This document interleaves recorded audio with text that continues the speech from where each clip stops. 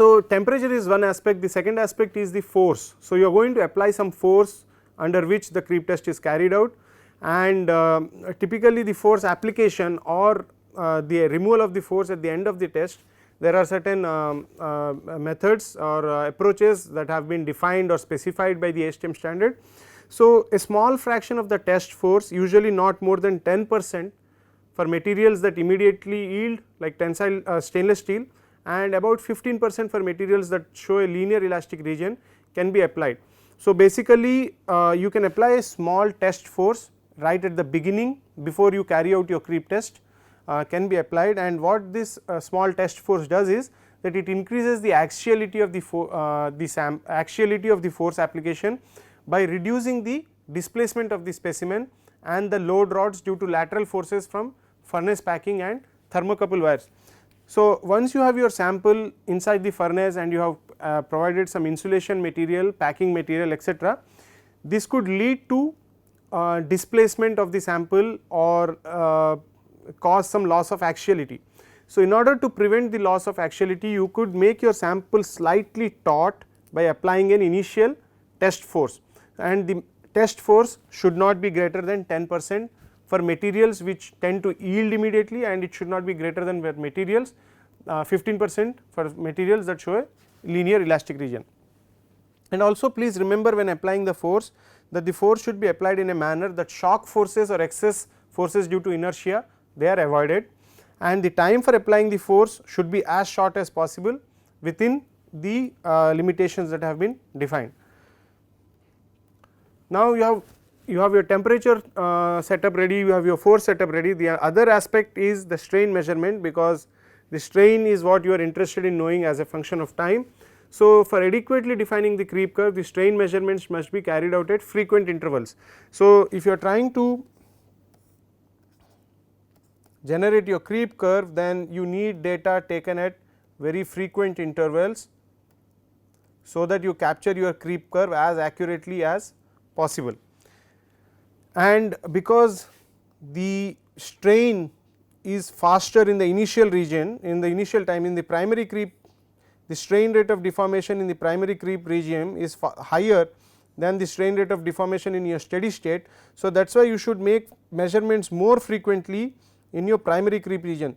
So, your measurements should be more frequent in the primary creep region, and then in the steady state region they can be more spaced out.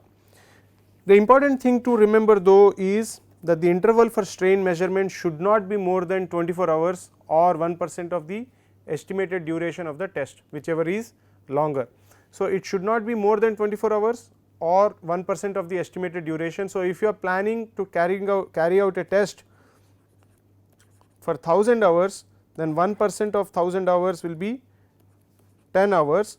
So, here in such a case, then your measurement should not be more than the duration between measurements should not be more than 24 hours. However, if your test and duration of test is 10,000 hours, then 1% becomes 100 hours. So, in this case your you can have measurements taken every 100 hours. So, that is what the standard is specifying. Now, you can the measurement of the strain can be carried out by extensometer. So, here I am showing some typical extensometers. So, you can have a metal based extensometer or you can have a ceramic based extensometer. The metal based extensometers are typically used for tests carried out up to 850 degree centigrade, and when tests are carried out at higher temperatures such as 1100 degree centigrade, you could use ceramic based extensometers. You could also use LVDTs for making your strain measurements.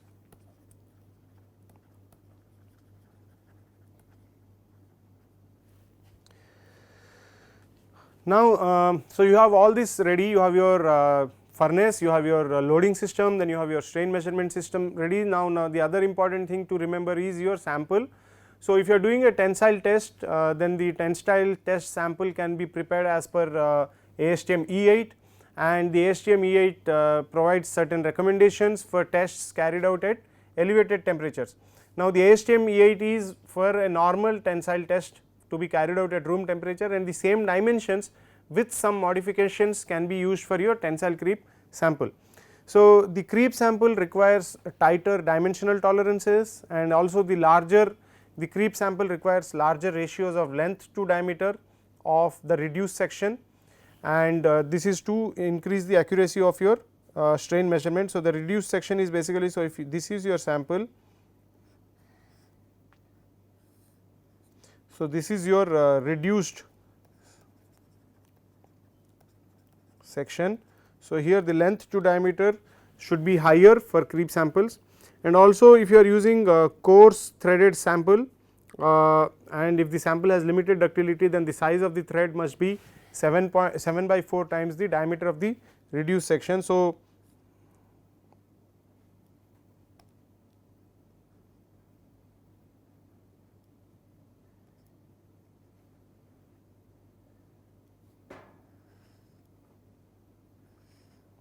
if that is your sample, so the diameter of the thread D, the D should be at least 7/4 times the reduced section diameter D naught. So, that is another specification of the ASTM standard, and for sheet and strip rectangular cross sections can be used.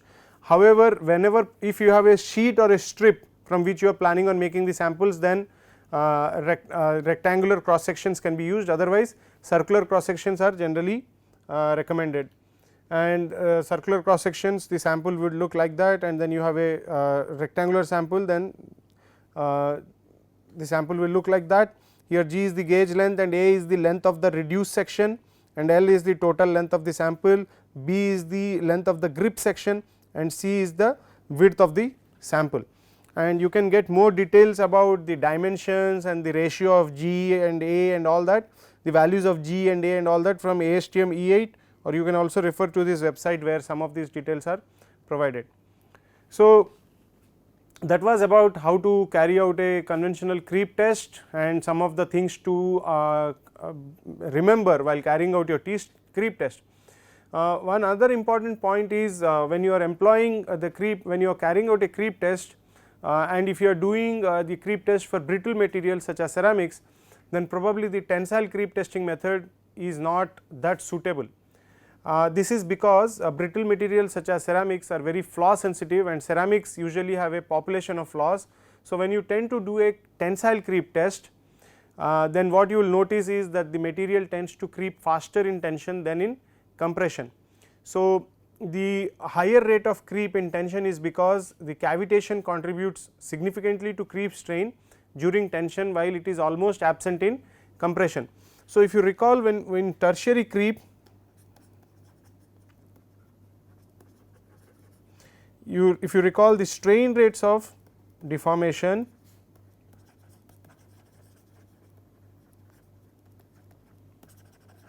are very high, and we said that in tertiary creep the strain rates of deformation are very high because there is growth of defects, and when these defects such as cracks or voids tend to grow, they tend to bring down the effective cross section of the material or the effective load bearing section of the material, and this leads to higher strain rates of deformation. A similar issue is what is observed when you are doing tension test of ceramics, because ceramics invariably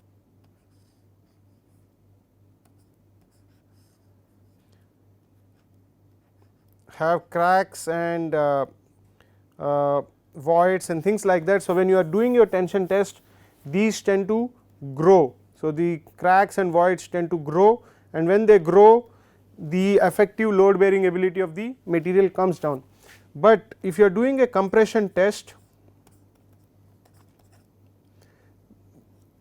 the cracks and voids etc., what they do is they tend to get closed. So, they tend to get closed. So, when they get closed, the chance for their growth is minimized. That is why the creep rate of deformation of ceramics in tensile test will be greater than the creep rate of deformation in compression. And also tension creep rate increases linearly at low applied stresses, whereas it increases exponentially at higher applied stresses. However, in compression tests the creep rate increases linearly with applied stress. So, what I am trying to say here is, so this is a creep test of a hot isostatically pressed silicon nitride. So, NT 154 is a silicon nitride. and creep tests were carried out on this material. So, if you see the strain rate versus stress profile. So, if you see the data seems to be linear at lower stresses and then it takes an exponential shape at variation at higher stresses, whereas in compression test it is more or less linear. So, when you have a exponential change in strain rate versus applied stress, then the data analysis becomes difficult, because generally we relate exponential dependence on stress, we call it as power law breakdown. So, here an artificial power law breakdown regime is being observed on account of the growth of voids and cracks in a tension test. So, probably you will misinterpret the creep behavior of the material on account of the tension test, and more reliable and accurate creep performance of the material can be obtained if you do your tests in compression. So, this is the difference between tension and compression test for brittle materials such as ceramics. Now, brittle materials such as ceramics, a better way of probably carrying out a creep test is the flexural testing, because one of the disadvantage of tensile creep testing of ceramics is the specimen preparation and specimen loading. Now, this is so in ceramics because common machining operations for specimen preparation are very difficult for ceramics. So, if you want to prepare a dog bone sample for a ceramic, it is a lot difficult compared to making just a simple rectangular bar. So, and also a dog bone sample, because of the radius of curvature involved here and things like that, even if you have a small misalignment in your loading, during loading, that can lead to easy cracks in the tensile sample. So, that is why a rather better way of carrying out the creep tests is to go for a flexural test method. So, flexural test is an alternative and more simpler technique for creep testing of ceramics, because ceramics are not flaw tolerant, whereas when you study metals are more flaw tolerant. So, that is why you will not face a problem when you are doing tensile creep testing of metallic materials. So, the flexural creep testing, the advantages are that the samples are easy to prepare because they are bar samples. So, they are easy to prepare, and the experimental design is relatively simple, and the overall cost of testing on account of the easy preparation of samples as well as the simplicity of the experimental design. So, these two lead to reduction of the cost of testing. And flexural creep testing can be carried out in two ways. You can do a 3-point bend testing or you can do a 4-point bend testing, and here the specimens are rectangular and without notches, and the 3-point bend testing you can have something like that. So, this is 3-point bend testing and your load is acting there. So, the spacing between the loading points is L by 2, and then in 4-point bend testing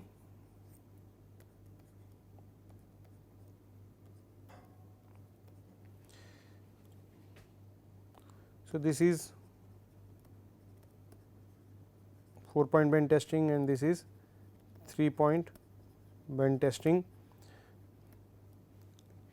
So, the loading span, inner loading span is L I, and the stress generated is 3 P L minus L I by 2 B H square. So,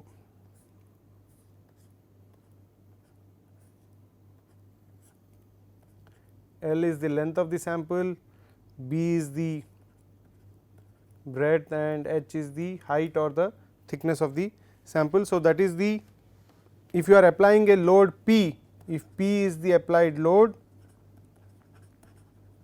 so that is the stress generated within the material, and Li is the length of the loading span, the inner length of the loading span, and the strain generated because of this is given as epsilon is equal to 6 H x by L minus L I into L plus 2 L I. So, this is the epsilon is the strain generated in the outermost fibers for the measured deflection, where x is the deflection. So, if x is the deflection,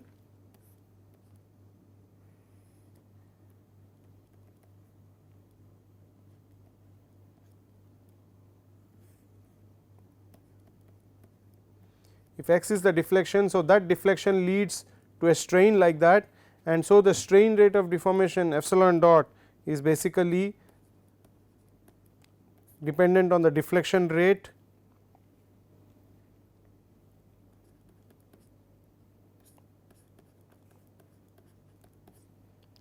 So, this can be written as some constant times the height of the sample into the deflection rate. So, using these equations you can determine the strain rate of deformation during creep of carried out under flexural testing mode.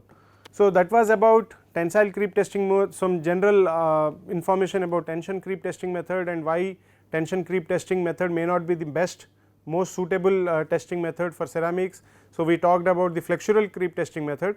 So, these are all conventional creep testing methods. So, now I am going to talk about a slightly non-conventional creep testing method, which is the impression creep testing method. So, the impression creep testing method is known as a small scale testing technique, and this testing technique was mainly developed for the nuclear industry to understand the aging of the materials or components in use in the nuclear industry. So, it is very important to carry out health monitoring of your components or the materials being used in the nuclear industry, because the nuclear industry is a very sensitive industry in terms of the kind of hazard that it can cause or the kind of environmental damage as well as loss of human life that any accident in the nuclear industry can cause. So, that is why it becomes very important to regularly monitor the performance of the components or materials being used in the nuclear industry.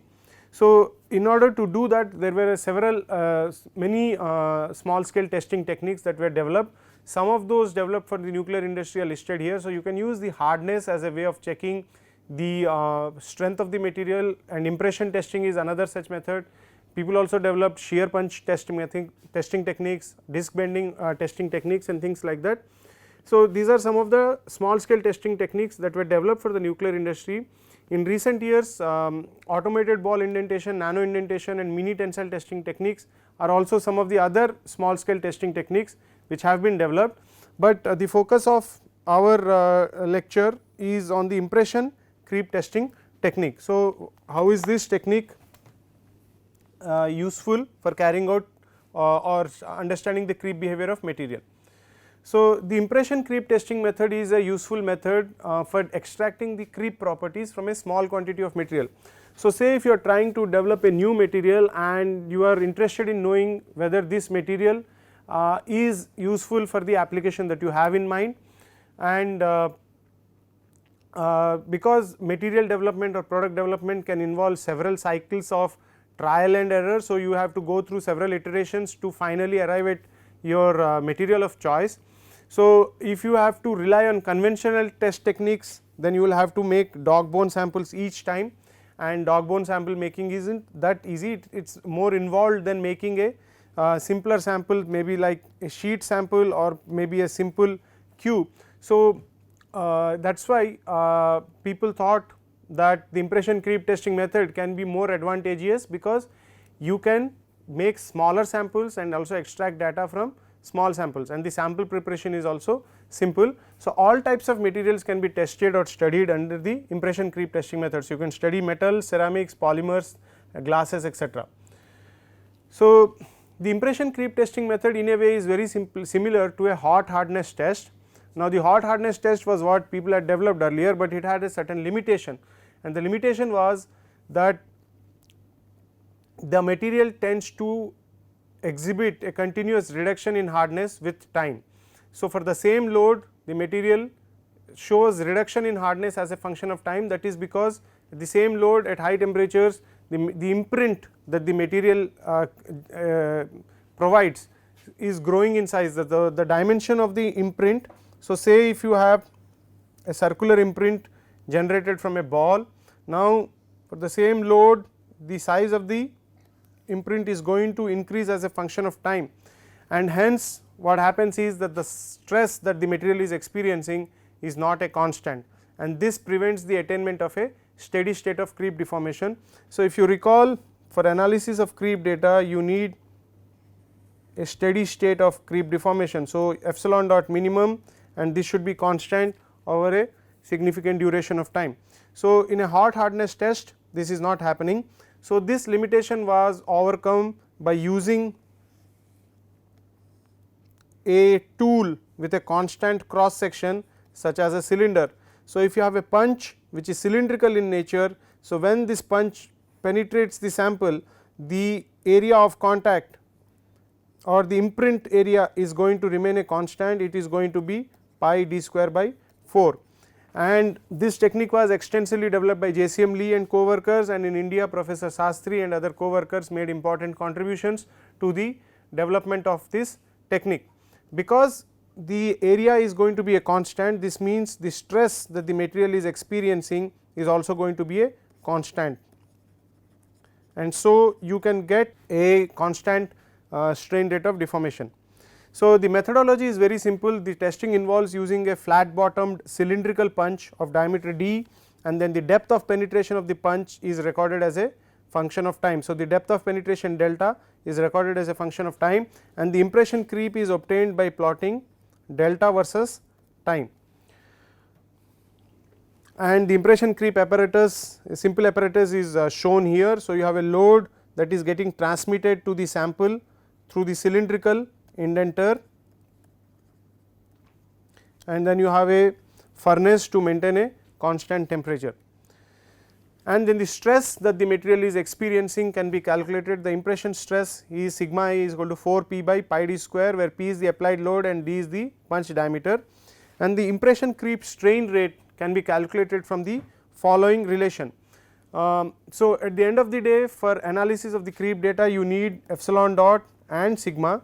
So, you need to find out epsilon dot, and the way to do it is you can use this relation Vs over d, where Vs is the steady state velocity of the punch during impression creep and d is the plastic zone size under the impression.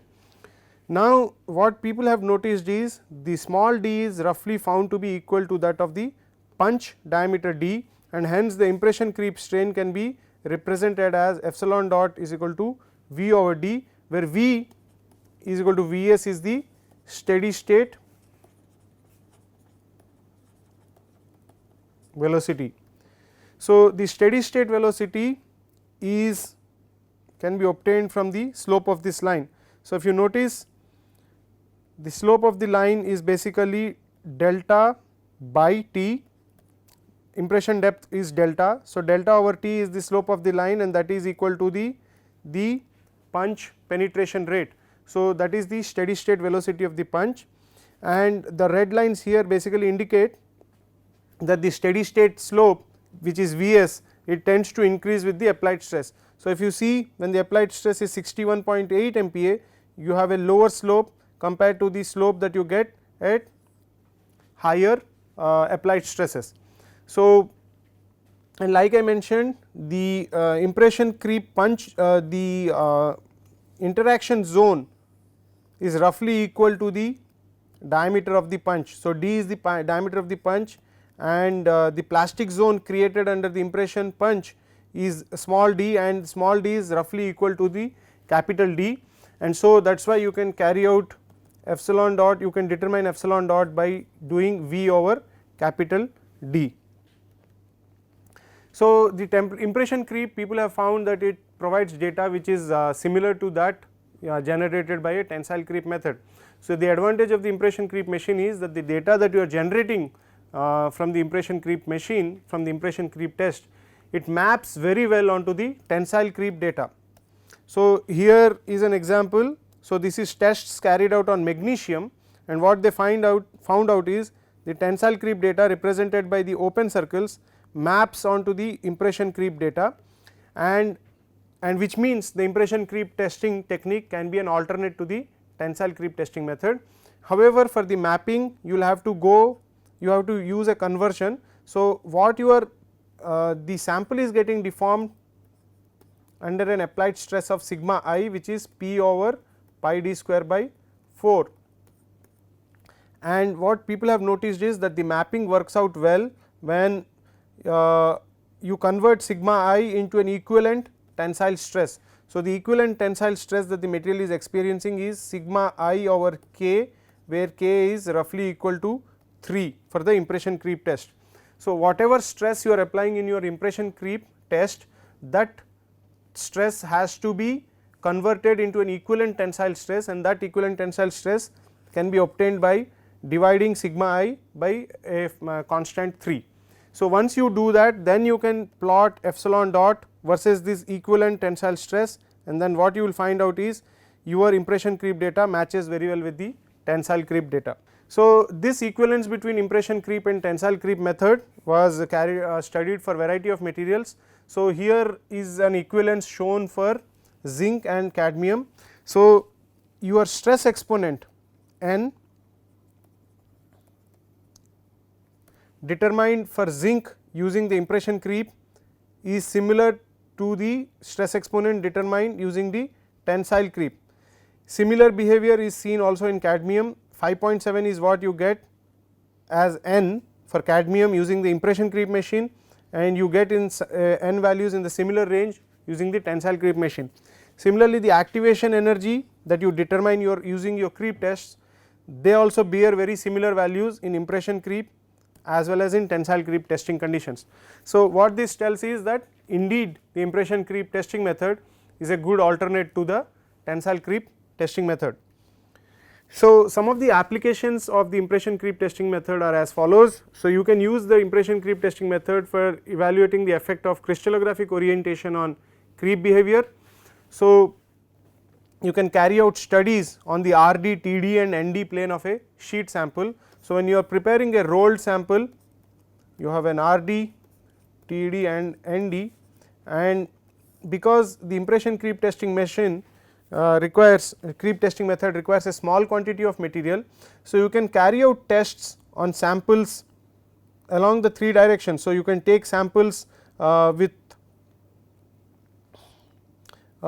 planes perpendicular to RD direction. So, you can do a test on samples where the RD direction, the plane is perpendicular to the RD direction, or you can take samples with plane perpendicular to the TD direction, or you can take samples with plane perpendicular to the ND direction, which is the plane of this sheet. So, you can take samples from all 3 directions and you can understand how the creep behavior is varying as a function of the direction. Similarly, you can study the role of grain boundary characteristics. So, the impression creep test is dependent on the diameter of the punch. So, the punch diameter D will tell you the strain rate of deformation. So, if you want to study the effect of a grain boundary, and if you want to know what is the behavior of the material close to the grain boundary, you can carry out tests within the bulk of the grain. So, you can choose a punch which has a diameter D significantly smaller than the grain size. So, say if D is less than the average grain size, then you can carry out tests within the bulk of the grain, and you can also carry out tests close to the grain boundary, and this will tell you how the behavior of the creep behavior is influenced by the grain boundary of the material. Similarly, you can employ the impression creep testing method for studying the creep of weldments. So, just to summarize the advantages of the impression creep testing method. So, the impression creep testing method offers the following advantages. 1, it requires a small quantity of testing material. 2, a constant stress condition can be developed throughout the test. So, in a conventional creep test, in the tertiary creep regime, your stress may not remain constant because the material has deformed considerably and there is a reduction in the cross sectional area of the sample in the tertiary creep regime. So, your stress can get enhanced, but in the impression creep testing method you do not have a problem like that. Your stress can remain constant throughout the creep test, and also the temperature and stress dependence of the steady state creep can be obtained on a single sample. So, instead of making multiple samples, you can use a single sample, apply a load P1, determine the strain rate of deformation for P1, then increase the load from P1 to P2. So, that will give you the strain rate epsilon dot 2 you can increase the load to P3, that will give you the strain rate of deformation epsilon dot 3. So, what you can now get is epsilon dot versus sigma, where sigma 1 is for P1, sigma 2 is for P2 and sigma 3 is for P3. So, from single sample you can get the strain rate versus stress plot, and from that you can determine the stress exponent. So, this is the advantage of the impression creep testing technique. Another advantage is that you do not have any tertiary creep stage, and so the deformation is more stable, and hence this is more suited for investigating brittle materials. And finally, the test is capable of yielding information in some special investigations which is not possible or extremely difficult to obtain in conventional creep testing. So, special investigations such as behavior of weld zones or understanding the role of grain boundaries, because you can selectively carry out a creep test in a single grain close to a grain boundary and understand the performance or the creep performance of this grain boundary and its contribution to the overall creep behavior of the material. So, these are the advantages of the impression creep technique. However, there are a few limitations as well. So, one of the key limitations is that when the punch is penetrating the sample, there is going to be some amount of friction between the punch and the sample, and this frictional force tends to grow at higher depths of penetration, and this frictional stress can lead to errors during analysis of data. Similarly, you cannot choose all specimens for your test. So, if your specimen is very thin and with respect to your punch diameter, then you can have contributions from the substrate. So, if you have placed your sample on a steel block as an example, so this is your substrate and this is your sample, let us say zinc, and you are carrying out this impression creep, you can have resistance coming from the substrate also. So, that resistance tends to be, that resistance can lead to lowering of creep rates, the lowering of the creep rates because of the resistance coming from the substrate. So, hence in order to avoid such kind of interference from the substrate, your specimen thickness should be at least 3 times the punch diameter. So, if your diameter of the punch is d, then for a good impression creep test, your sample thickness T must be greater, sample thickness T must be at least greater than 3 times the diameter of your punch. In that case, you will not have any contributions from your substrate and you can be more sure about the data that is getting generated. So, that is because when you have impression creep happening, you have a plastic zone that gets developed under your impression under your punch, and like we said, this plastic zone typically has a diameter d similar to the diameter of the punch, and if your sample thickness is such that the plastic zone starts interacting with your substrate, then the substrate will resist the plastic zone, and if it resists the plastic zone, then your creep rates will come down and the actual performance of the material will not be captured. So, that was about the impression creep technique, its advantages as well as its limitations, and in this particular lecture we have covered creep tests in general, what are the precautions or to be taken while carrying out a good creep test, and what is the difference between a tension and a compression test creep test when you apply it for ceramics, and how flexural tests are very good for ceramics, and then we ended it with impression creep testing technique.